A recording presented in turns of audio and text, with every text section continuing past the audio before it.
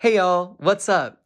My name is Clayton, and I'm just hopping on here to give my short little review of Heated Rivalry Season 1. I mean, I'm no critic, but I was super hot, right? So just sit back, relax, and let's take a minute or two to talk about everyone's favorite hockey players right now, starting with those super hot bodies, am I right?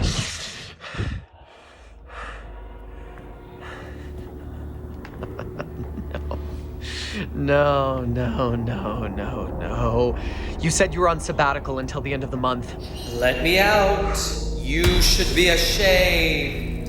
You know, when you get involved, things get complicated. Can't we just talk about how hot they are? How cathartic it is to see queer joy represented in media. I mean, why does every little thing have to be about... We need to talk about it. We need to talk about all of it. I have something to say.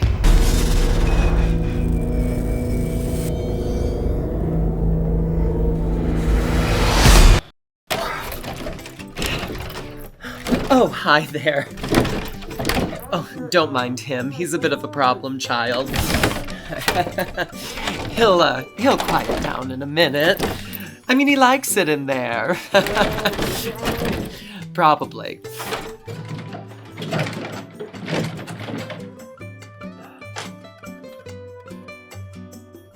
Okay. Finally.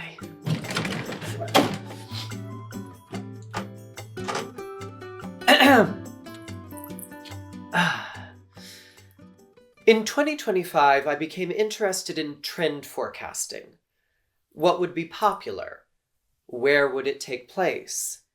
How would it come to be, and who would be at the helm of these decisions? It took me the better part of a year to even come close to answers, and truthfully, I still miss the mark pretty consistently. And while all of these questions are interesting, one query stood out above the rest. The question that would make me lose sleep at night and push me to the limits of my research.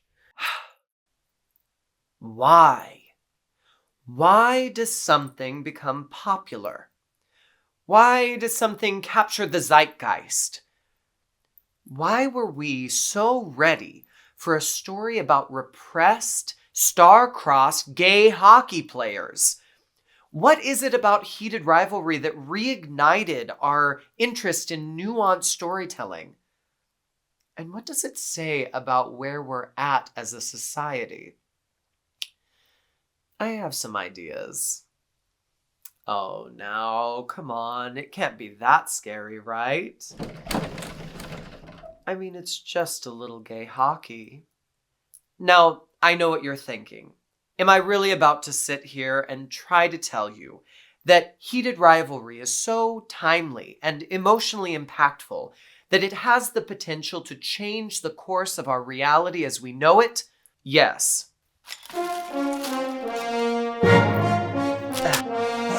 This is such a bad idea. Lucas.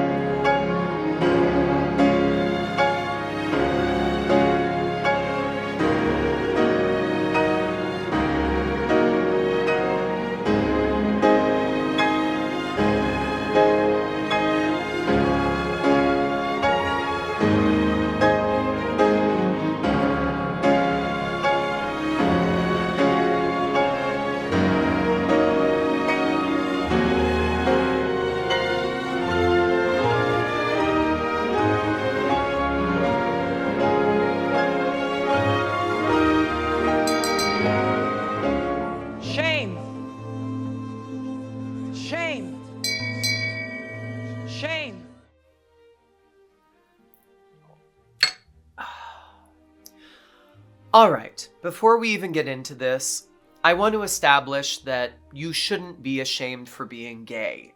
Why?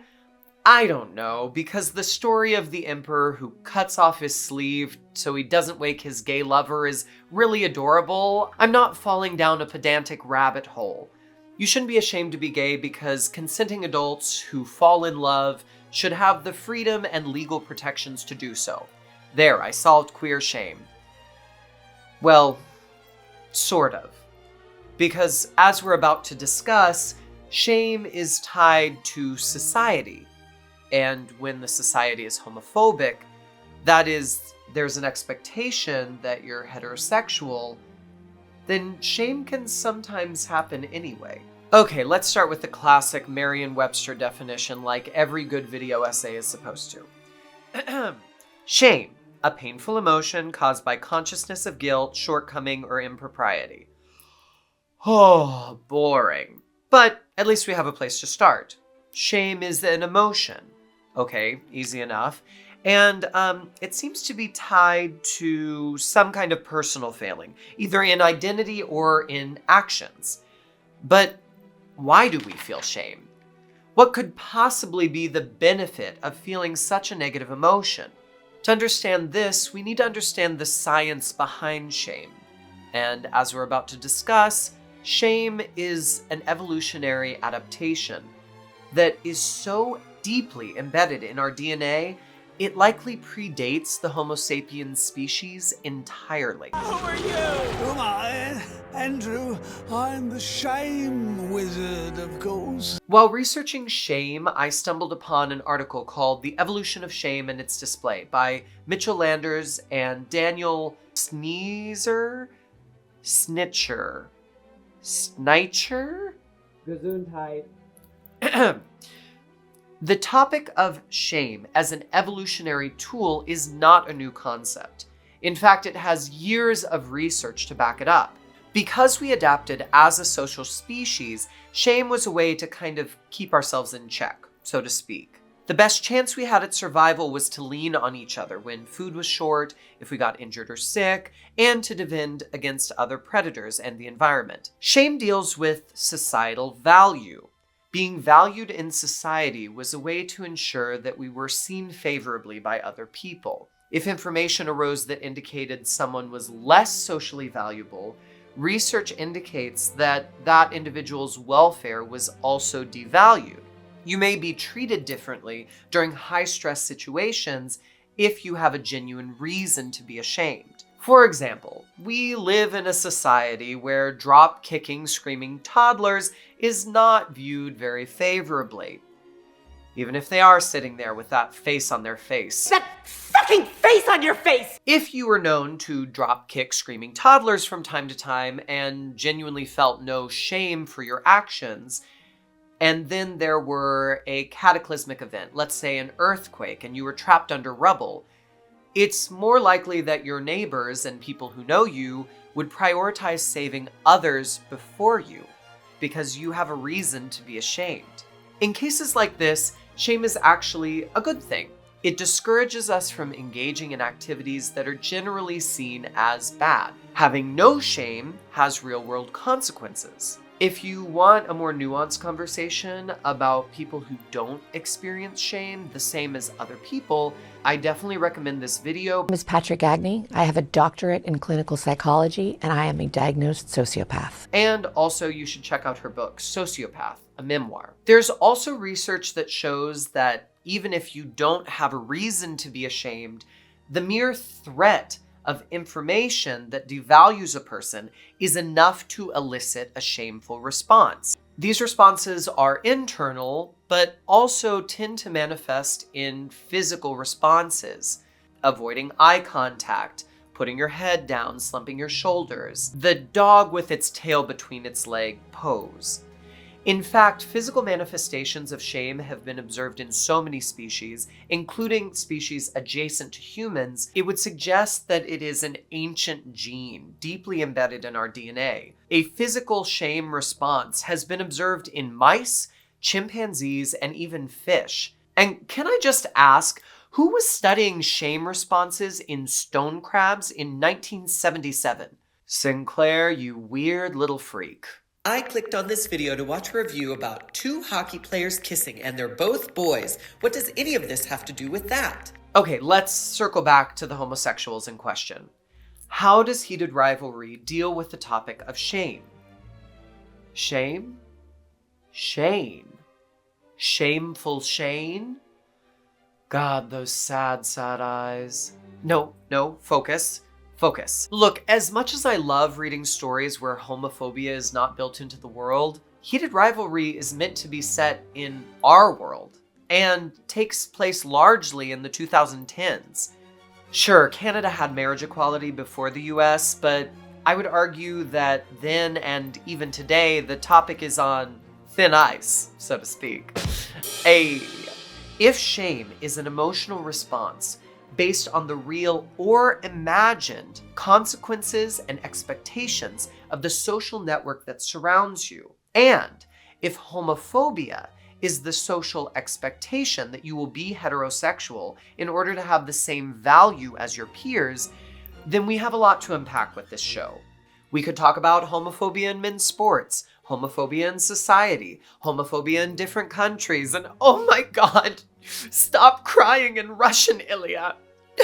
Someone give him a hug. The show focuses on the internalized shame of being queer in a world that isn't queer-friendly. If information comes out that these hockey players are together, there's a real possibility of losing value in their sport, in society, and in Ilya's case, the very country in which he was born. The stakes are also heightened because Shane and Ilya are famous athletes. They exist in the public eye. What the fuck are you doing? We're both in tuxedos out in public. No one is looking. You don't know that. At times, the show also discusses what I like to call filial shame, or shame related to your family dynamic. Shane's family, especially his mother, has high expectations of him in the world. This is different in the show than in the books, but I would argue this is an intentional choice to heighten the stakes between Shane and Yuna's relationship. Ilya feels a responsibility to his father and is ashamed that he can't spend more time with him to help him. His brother leverages this shame to get money and yield power over Ilya, and it works because the shame he feels is very real. In 2021 and 2022, we had what I like to call a filial shame moment. Encanto, Everything Everywhere All at Once, Turning Red. All of these movies explore shame in the context of family, and also how we heal from these wounds. I loved all these movies. Everything Everywhere is still probably my favorite of all time, but I would argue that 2025 was not the year of filial shame. So what flavor of shame was it? Well, let's look at what was popular in 2025. K-pop Demon Hunters, Guillermo del Toro's adaptation of Frankenstein, Heated Rivalry. Okay, vastly different things, I know, but try to stay with me here. All of these deal with internalized shame about identity. And in each story, this identity is intrinsically part of the character. Yet the world is telling them that they don't belong or shouldn't exist. In K-pop Demon Hunters, Rumi is reconciling this internal identity of being a demon hunter, but also being born part demon. Her story is ultimately about coming to terms with this identity. Rumi, no.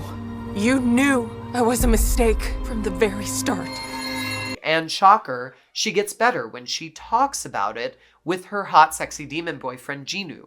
In the new Frankenstein film, yes, some shame is based on intergenerational family trauma, but the core of the story and the compelling moments, IMHO, are when the creature comes to terms with his identity as a reanimated collection of body parts.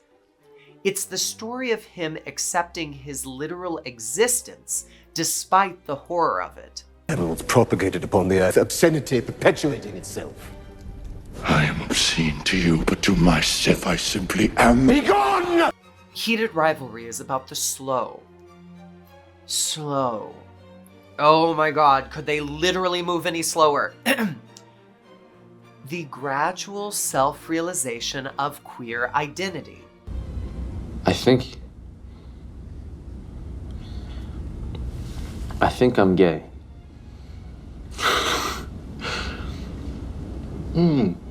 Oh yeah, what makes you think that? Okay, so you're gay, so what? Well, it's kind of a big deal. To me, at least.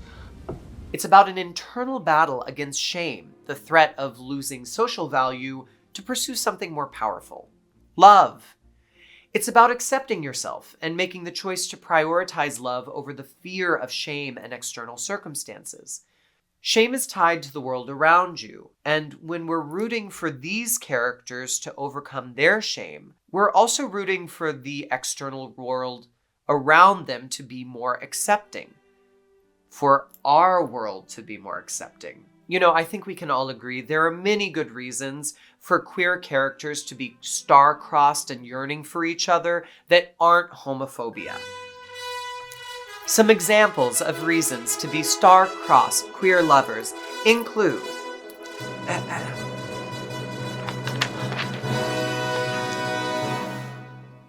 one of you is a knight and the other is a necromancer. One of you is a vampire and the other is a werewolf. One of you is a knight and one of you is a necromancer. One of you serves a trickster god and the other is a prophet for the god of truth.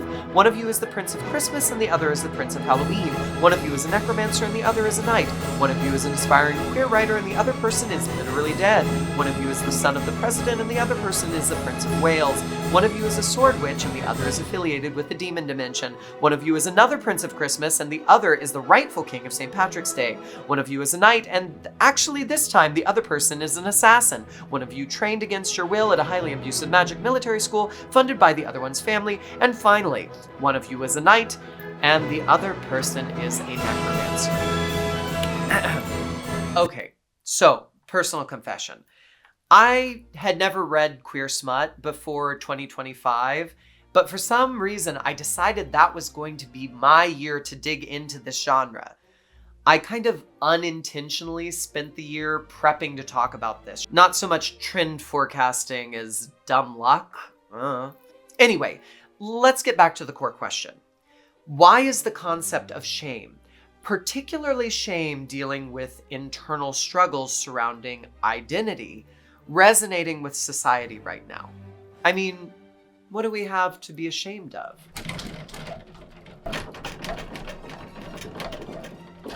The article I referenced before, The Evolution of Shame and Its Display, proposes the hypothesis that physical manifestations of shame might be a way to camouflage ourselves, making us invisible in society if we feel threatened by repercussions of shame.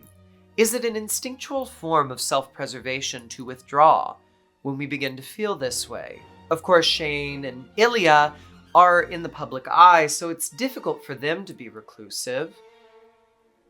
But I'm not talking about them anymore. Am I?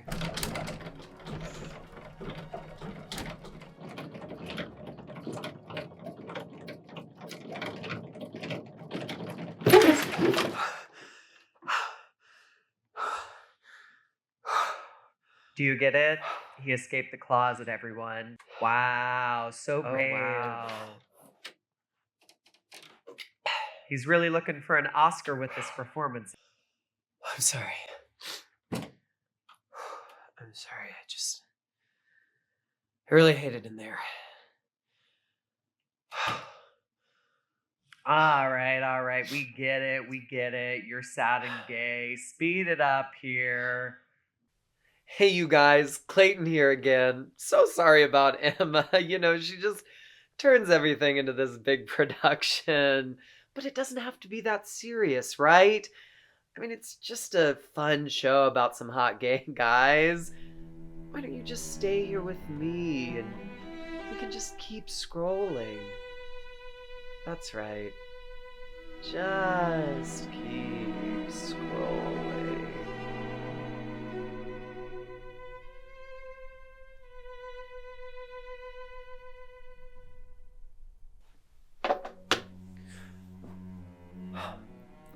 In his 2023 advisory report, U.S. Surgeon General Dr. Vivek Murthy made a landmark claim.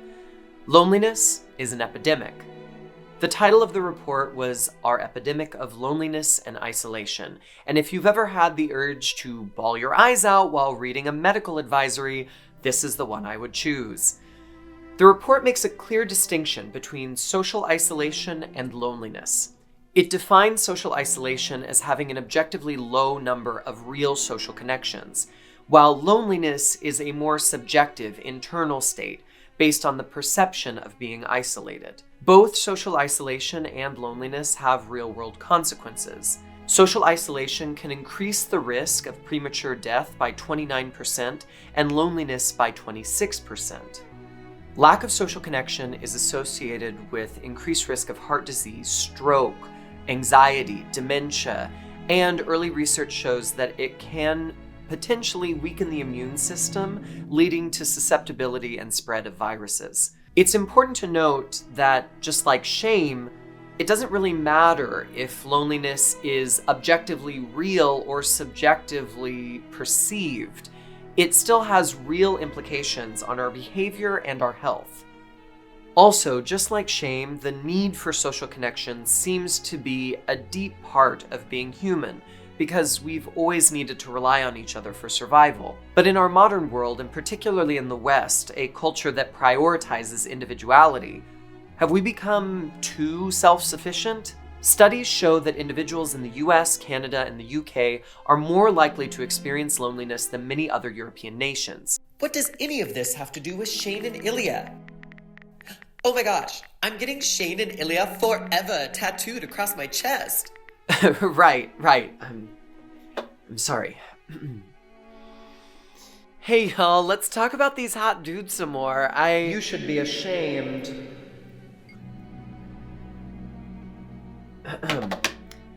Heated Rivalry explores the idea of isolation in several ways, both in the script, of course, but also through the cinematography and directing choices made. Valentina V has some great videos about this, how the directing and the visuals layer meaning in this show. She discusses something that I noticed almost immediately when watching, which is in social settings, particularly when Shane is with his parents, they're framed very specifically to almost isolate them from the conversation. This is one of the first times I've ever seen something I've felt captured so well in media. This experience of visiting with family, but also feeling so alone. Heated Rivalry places our characters in isolating situations because they feel alone in a complicated and cruel world. Why does this resonate with us? Why are we feeling alone right now? Are we actually more alone, or are we just perceiving ourselves that way? Or is it both? ¿Por qué no los dos? A huge list of factors can contribute to the rise in loneliness. I have enough religious trauma to write a book, but churches are on the decline, and with it, the social connections that were occurring within those spaces are losing value. Organized religion is no longer providing a sense of community for a majority of people in America. Additionally, many jobs are switching to online work, meaning less in-person interaction. Everything from labor unions to dance clubs are on the decline, and with it, the spaces that we need for in-person connection. On top of this, the intergenerational divide is deepening, as each new generation is provided access to more and more advanced technology at earlier stages. In 2018, only 16% of Americans reported that they felt very attached to their local community. And that was in 2018, before a pandemic forced us all into isolation. The COVID-19 pandemic exacerbated issues with isolation in the social world because, the research does seem to show that if you had good connections to family and friends before the pandemic, you were likely to have stronger connections with them after. But obviously, if those connections were weak to begin with, they got much worse. And I would argue that the latter is a shared experience for many queer individuals. I could do an entire video on isolation during the pandemic, but everyone has already done that, and I'm still at least a little interested in the smut that sparked this conversation. In Heated Rivalry, loneliness and longing are used as a storytelling device to increase tension and intrigue. One of my favorite moments in the show happens after a moment of connection that still highlights how alone these characters are feeling.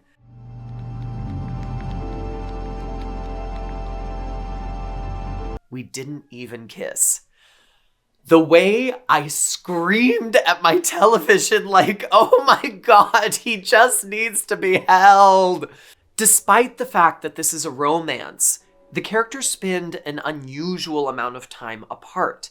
In fact, I would say it's an unnatural amount of time apart for a romance. In Romancing the Beat by Gwen Hayes, you learn about common beats or plot points that are expected in the romance genre. But Heated Rivalry subverts and lengthens these beats, making them feel a little bit unsteady. It also highlights that shame and isolation caused by homophobia in this world prevent a natural progression of falling in love for these two characters. In Scott Hunter's story, blue lighting and the color blue is used to convey this idea of being alone, being closeted. Blueberry milkshakes, blue background lighting, literally Kip's uniform, his costume that he needs to put on before he goes to meet Scott, is lit in a blue tinted closet. Baika Color, I hope I'm saying that right, has a great video discussing how this is used to convey this closeted feeling, which I would argue highlights shame, isolation, this feeling of being alone. You should be ashamed. Okay, look, I recognize the irony of me making this video alone in my house, talking into my phone, okay? I'm not saying that I'm immune to any of this. You know, I actually think this video is about me. Hey, where'd my phone go?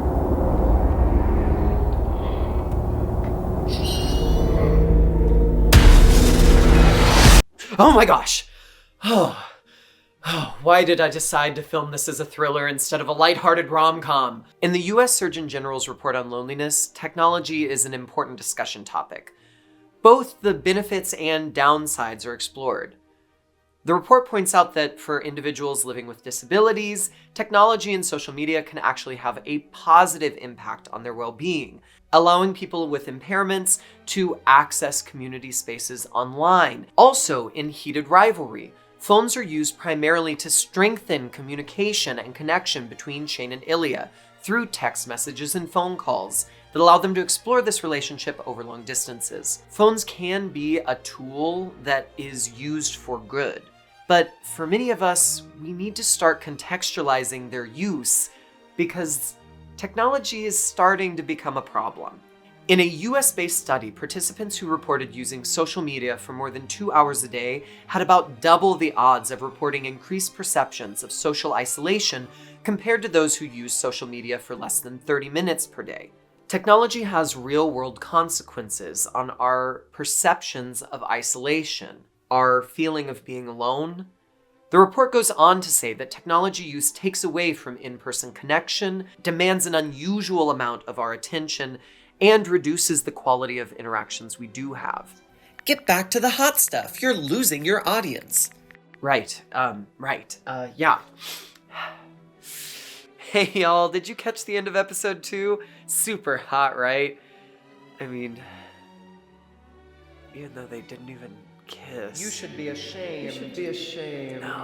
No, this just doesn't feel right. You should be ashamed of engaging in that short-form content.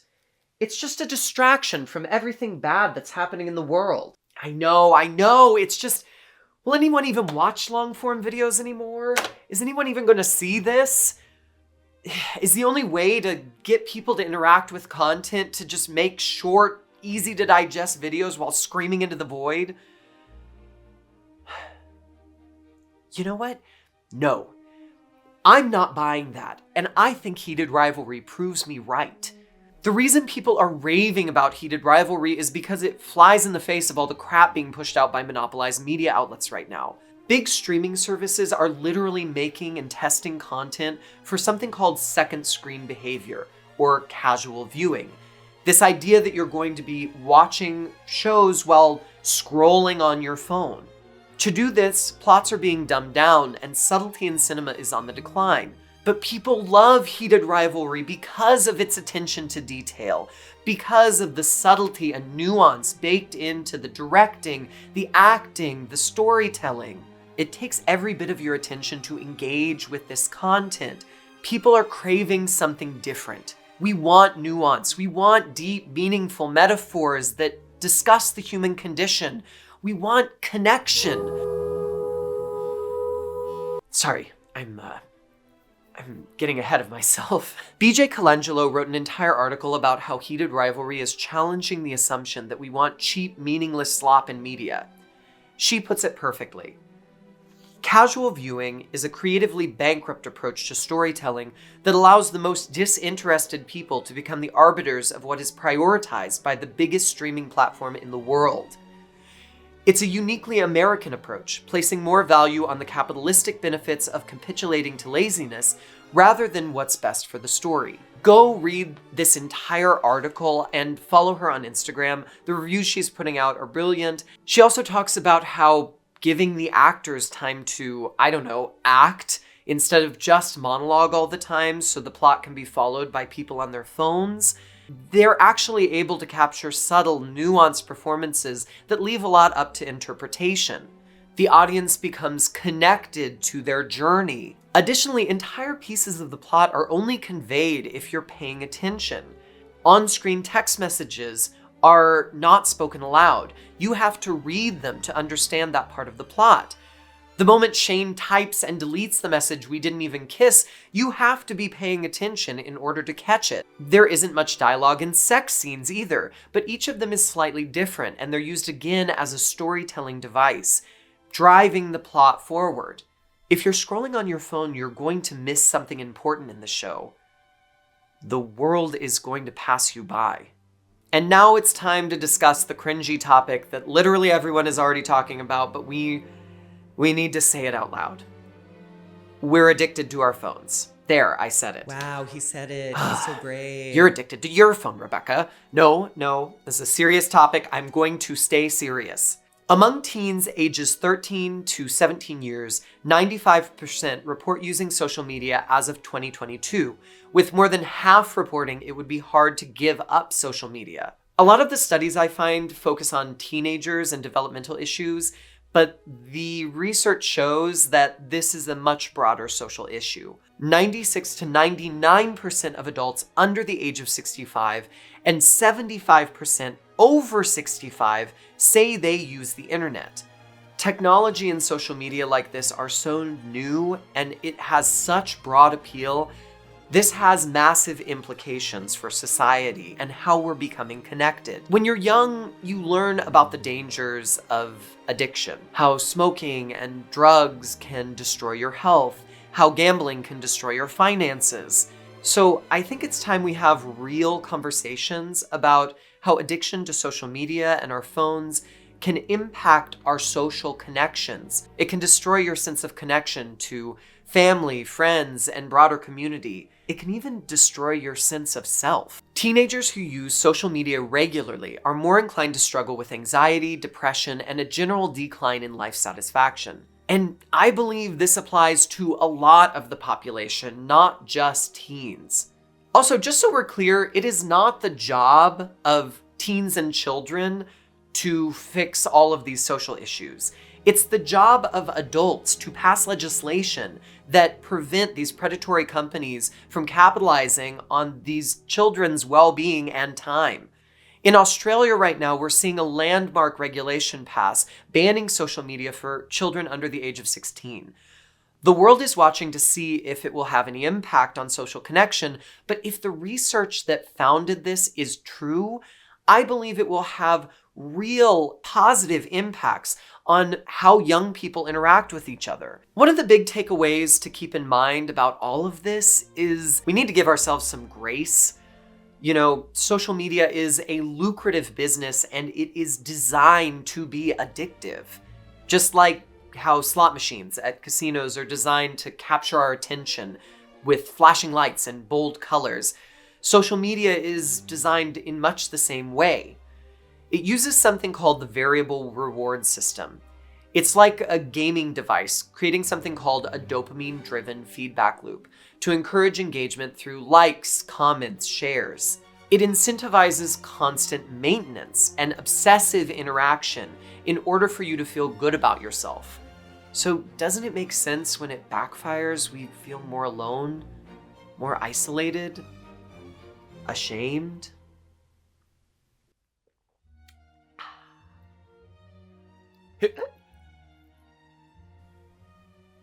Oh my god, are you drunk right now? We are literally having a nuanced conversation about addiction. Hey, I finished my segment. Oh my god. Maybe you should be a little bit more ashamed. Social media can cause us to fall into cyclical patterns of shame. Shame that we're wasting time. Shame that we aren't good enough to meet unrealistic, curated expectations. Right now especially, shame that we aren't doing enough.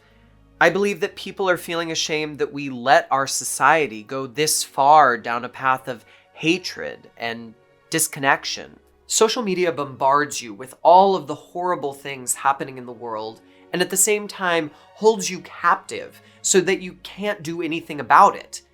It can create a false sense of connection without the difficult work of staying connected to people in person in your communities. And I know these conversations feel cringy and weird to have face on, but maybe we could all use some sincerity right now? Some real connection? So, we've established that shame and isolation are themes in Heated Rivalry that are reflected in society right now. So, let's get back to answering the original question. Why do these themes resonate with us? Why did this show become popular? Why did it capture a cultural zeitgeist, and what do we do about it now? You know, I think I know just the person to answer these questions.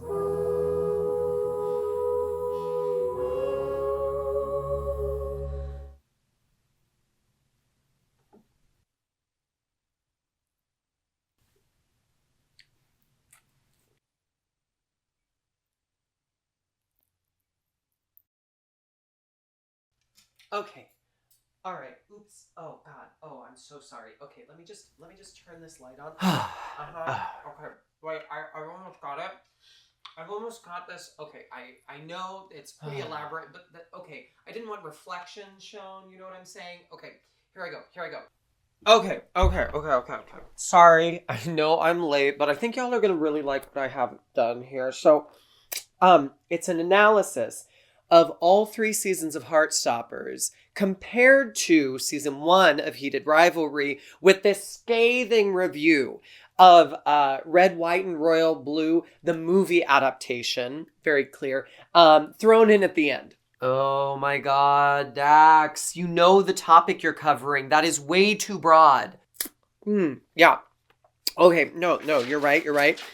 What if it were a review of Shane's oral fixation? I think Shane has an oral fixation. Dax! Okay, that one could be kind of hot, but try to stay focused. Ugh, this is why we failed that philosophy paper in college. You can't keep your arguments narrow. Not everything is related. It wasn't a failure. It was a D. A D for Dax. Oh my gosh, Dax, you always try to connect all of these disparate topics and weave them into an elaborate story. Why are you like this? But that's like my whole job. Free from destiny. Not only what we sow, not only what we show. This is a life. Every possibility. Free from destiny. I choose you and you choose me. Not only what Finally, we've reached the part of the show where we get to start connecting the dots, so to speak. Why did Heated Rivalry become this massive phenomenon? And more importantly, what should we do about it? For a majority of this essay, I've kind of been implying all of this, but let's spell it out a bit more. Shame and isolation seem to be pervasive topics in American culture right now. And I think a big part of that reason is because, I don't know, the world around us is falling apart. I mean, legislation attacking freedom of expression, and particularly people who are transgender, is on the rise in this country and incredibly alarming. As I was filming this video, an organization that specializes in genocide prevention put out a statement that transgender individuals in America are at risk. They are an at-risk community. That is incredibly scary. The good news is, I believe Heated Rivalry shows that we are interested in overcoming shame and loneliness and isolation. It reflects our deep yearning for liberation from patterns that we find ourselves trapped in, like using our phones a little bit too much, and, I don't know, feeling ashamed that we aren't doing enough to make the world a better place, feeling isolated from our communities. The real power in Heated Rivalry is not because it explores concepts of shame and isolation, it's because our characters are able to overcome these circumstances by focusing on queer joy. The end of episode 5 is an excellent example when the world of our characters shifts by the simple act of a public kiss. The cinematography highlights this with this spiraling camera effect, which, fun fact, was popularized by Alfred Hitchcock, and in many of his movies used to convey Dax. Right. So, as I was saying, when these characters kiss, you feel something. Joy and excitement for a character who was previously scared, ashamed, and isolated. Scott Hunter makes a choice to change his reality. That was the captivating moment. It was a release of tension that captured how we're all feeling right now. We're still experiencing it. We're still talking about it because it meant something. I mean, I've broken down crying multiple times while trying to film this because, what do you mean, come down here? God, you better kiss your boyfriend on the ice, Scott. BJ Colangelo, again, go follow her, discusses how Heated Rivalry taps into our unspoken desire for real vulnerability in America, and how it prioritizes chemistry and emotional sincerity within the romance genre. It's something we're lacking in storytelling right now, and certainly something we're lacking on social media. She goes on to discuss how real vulnerability in America is often hidden behind irony, or comes off as cringy. But clearly we're craving a change from this. We want softer, more beautiful expressions of love portrayed on screen that feel real because the characters have a real friendship, a real connection. What's been fun about watching this press tour for the show is Connor and Hudson have real chemistry outside of the set. I genuinely believe that you are part of my soul family. I wish I was on the same page. I don't have to shut up. If we want to make the Heated Rivalry world better for these fictitious, stubborn hockey homos, maybe that means we want a better world for ourselves. So what do we do with all of this emotional energy, and how do we channel it into something productive and meaningful? Well, just like Rome wasn't built in a day, and the relationship between these two wasn't built in a single hockey season, or multiple hockey seasons, or, oh my god, it took almost a decade. We can't hope to solve all the problems of the world overnight. But I do believe we can channel these emotions into something that is genuinely productive. So let's start with shame. When you say phrases like, "we aren't doing enough," it begins to sound really capitalistic. Ew. So I want to be very clear. I do not think hyperproductivity is the answer to any of our problems right now. In fact, literature supports that boredom is incredibly beneficial to our mental health. When we're bored, it activates something called the default mode network, which deals with problems of existentialism and self. Early research shows that by using this part of our brain, we're more creative, able to handle difficult questions, and ultimately we feel less alone. If sitting alone with your thoughts feels hard, join the club. A Harvard research paper called Just Think: The Challenges of the Disengaged Mind found that when people were told to sit in a room alone and just be bored for 6 to 15 minutes, a majority of participants would prefer to hit a button that administers a painful electric shock to themselves rather than just sit there and do nothing. Pause, hold right there. Hi, this is me from the editor's booth. I just wanted to say that there is an error here. It was the majority of men, but not the majority of women. 67% of men and 25% of women preferred to give themselves at least one electric shock. This is important information, averaging at about 42%. Also, I would argue that the sample size is fairly low for this study, but I still think it's interesting to include. This is why you read your abstracts and don't get your information from secondary sources, kids. Okay, now back to the video. Confronting your thoughts is difficult. We literally have the research to prove it. But I think, like Scott Hunter, we need to make a conscious choice that helps us change our reality moving forward.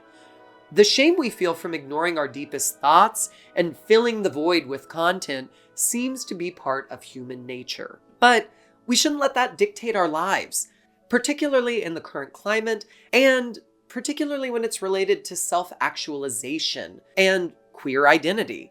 A small step that you can take to combat shame is going out in public and engaging in the world in a real and vulnerable way. Unfortunately, this doesn't always feel safe for queer individuals, but I think it's a good place to start.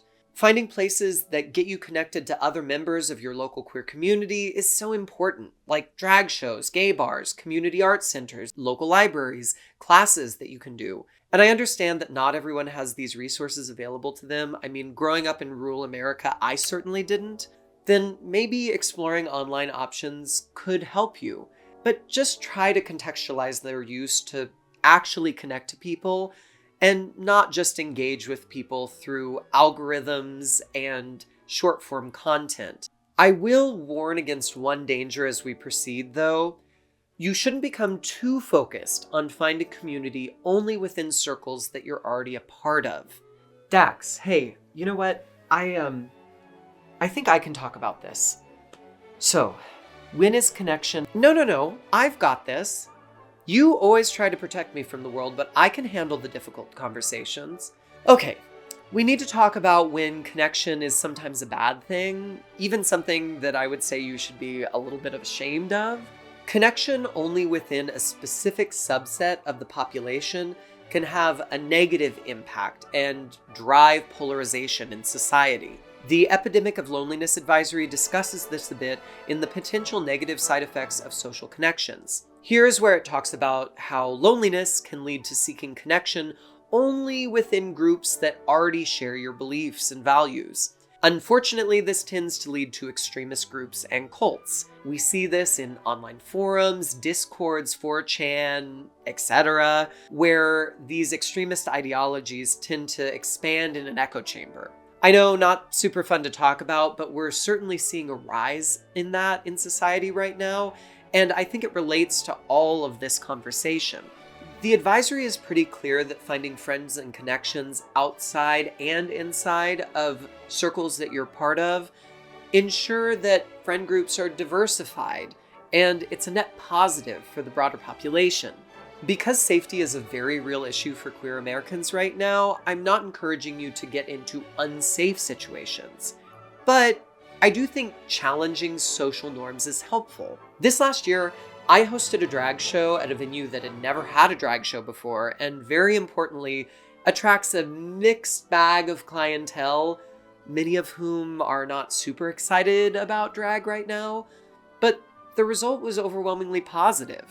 I went in incredibly nervous, and at the end of both of the shows, I had cowboys and elderly people coming up and telling me how much fun and how much joy they got out of the experience. Sometimes we're so focused on the potential for failure, we forget to feel joy when community shows up for us and surprises us. But I also get it. Not everyone is in a safe space to do that. So let's talk about some other tools that we can use to stay connected.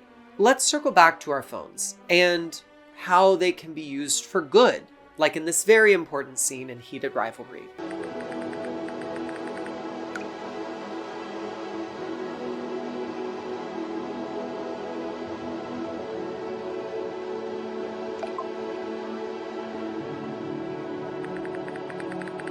So what do we do about our phones? Well, Let's start with the positives. Our phones can connect us. Using your phone to actually make calls is a great way to stay connected to people long distance. I mean, just think about how Ilya is alone in Russia and he feels so lost. And then Connor's story delivers one of the best monologues of the year over the phone. The distance between them is a point of tension, but ultimately the connection they feel in that phone call is very real. Не так, как я люблю тебя. И вот в чем вся хрень. Я хочу только тебя. Не всегда только тебя. The number of times I've called friends when I'm feeling alone or isolated by just life in general or family obligations is part of the reason that I have such a close-knit and incredible friend group that I can rely on. A call on the phone can be a bit awkward if you don't do it often, but it's a great way to stay connected to people. It's the way that we can reframe our phones to work for us rather than us falling victim to their allure. Again, I know I'm here talking about the dangers of overuse of our phones and social media, and then in the same breath saying ways that they can be a benefit and, go follow this content creator, engage with this video I'm designing for YouTube. But that's because we can't have this conversation without context. Social media is here to stay. It is a part of our world, and it doesn't serve us if we don't talk about it like that. I think we need to think of it more like eating a slice of cake. If you had a slice of cake every other night, or even every night, it probably wouldn't be that big of a deal. But if you were eating an entire cake every night, I imagine that would probably be something that we should talk about. Oh God, but what if the cake just tasted really good? Okay, no, you are not going to make a comment about Ilya's butt. He is a person, and you are not going to objectify him. This man, I'm 90% butt, y'all. I'm more butt than man. Okay, maybe a little bit. Maybe I'll objectify him a little bit. Social media is addictive. Cool, we've established that. But telling you to just quit social media is kind of like telling anyone with an addiction, just stop that. It doesn't work that way. Additionally, each individual has different susceptibilities to addiction. Instead, let's tackle some things that make it hard to get offline. Infinite scrolling means that content never ends, increasing the chances that you lose track of time. Setting external timers sometimes helps, but putting time limits on apps with in-phone settings is one of the best ways to combat this cheaply and effectively. You can also customize how long before the feature turns on, so you can slowly wean off high levels of usage. I started 2025 at 2 hours per day. Eventually I got to 1 hour per day, and recently I've moved it to 30 minutes per day. I love social media. I love all the content creators that I get to interact with, but my priority is in-person interaction this year.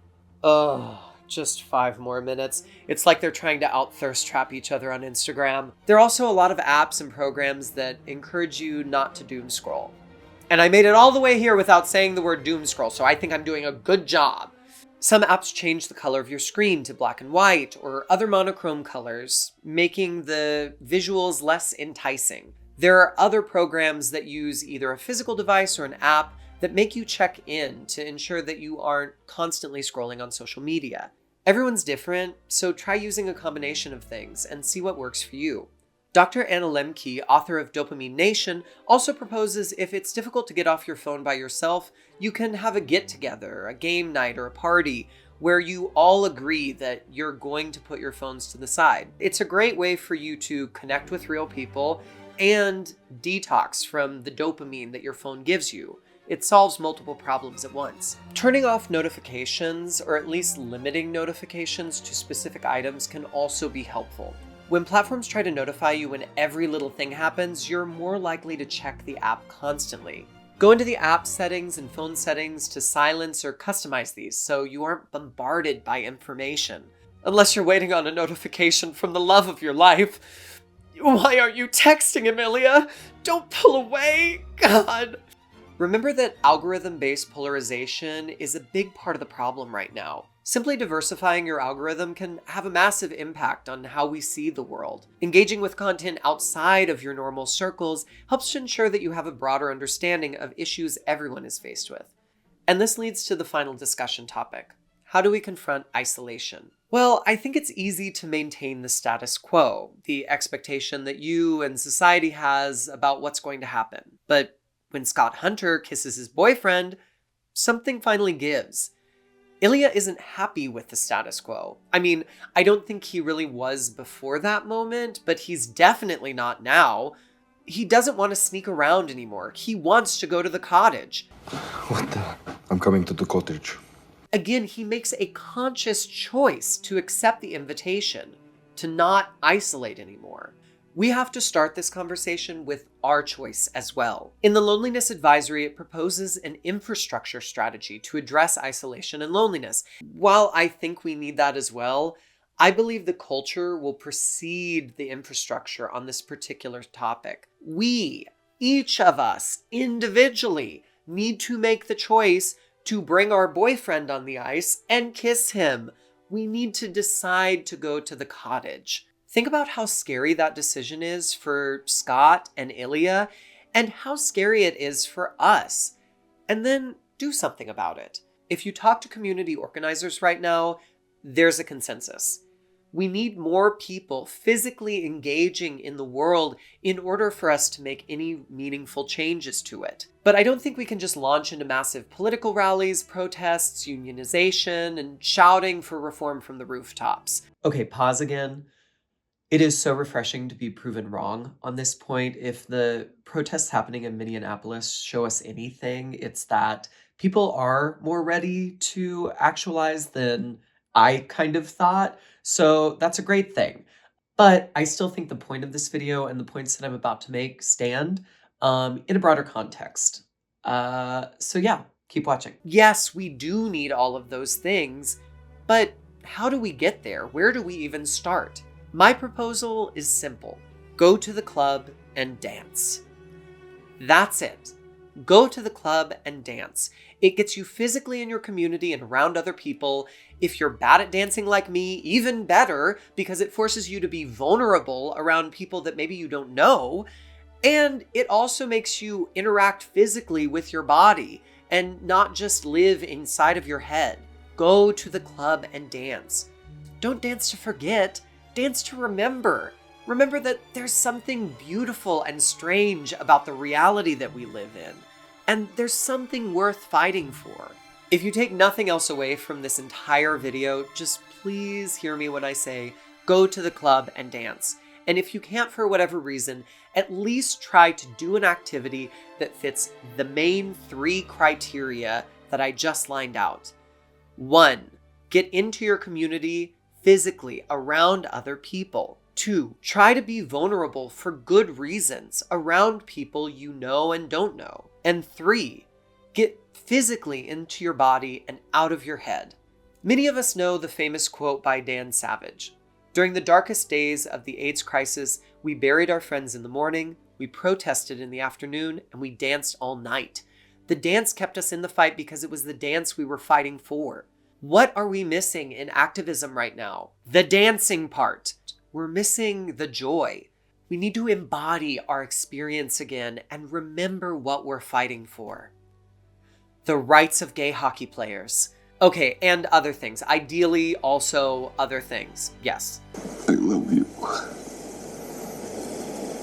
Holy shit. I mean, I love you too. This year, my goal is to dance at the club and to make as much queer art as I physically can. I want to write and make music and produce drag shows. And I want to continue to work with the incredibly cool drag production company that I am lucky to be a part of and continue to make shows that connect the broader community. Love you, dolls. To the actors, crew, producers, and director, thank you for making a piece of queer art that exceeded expectation and gave us a break from the world around us right now. As you continue to gain notoriety, please stay connected, stay grounded, and remember why you felt called to tell beautiful stories in the first place. I'll leave you with a caption on an Instagram post by the author of the series herself, Rachel Reed. Happy New Year. We can't stay at the cottage forever. We've got art to make and stories to tell and places to see and books to read and people to meet, but we'll revisit the cottage as needed. Make the choice to find your happy place, find your cottage, and then use that safety net to broaden your community and connections and friendships and create beauty in the world. From all of us here at PopLogic, I'm Clayton, I'm Dax, and I'm EmaEagle. Thanks for watching. Love you. Love you. Love you. Oh my gosh, we forgot to actually do the review part. Okay. Review from PopLogic for Heated Rivalry Season 1. 10 out of 10. No notes. Now cue the outro music.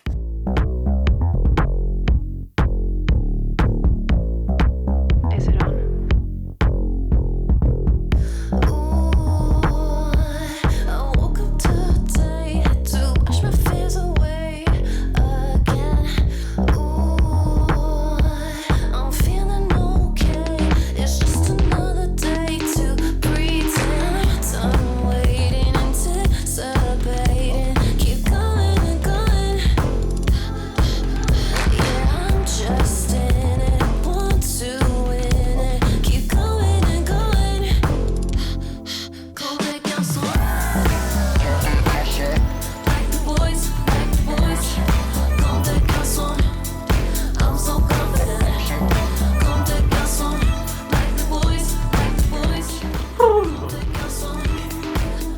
Now I can get back to Mr. Boss stuff.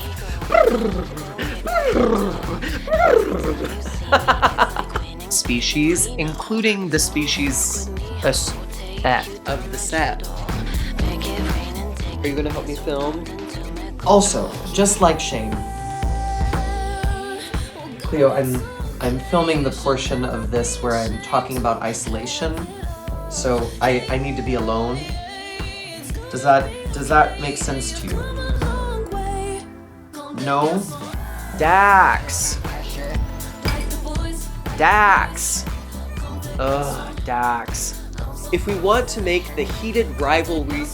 I can't say Heated Rivalry World. Heated Rivalry World. Do you know what I'm saying, Cleo?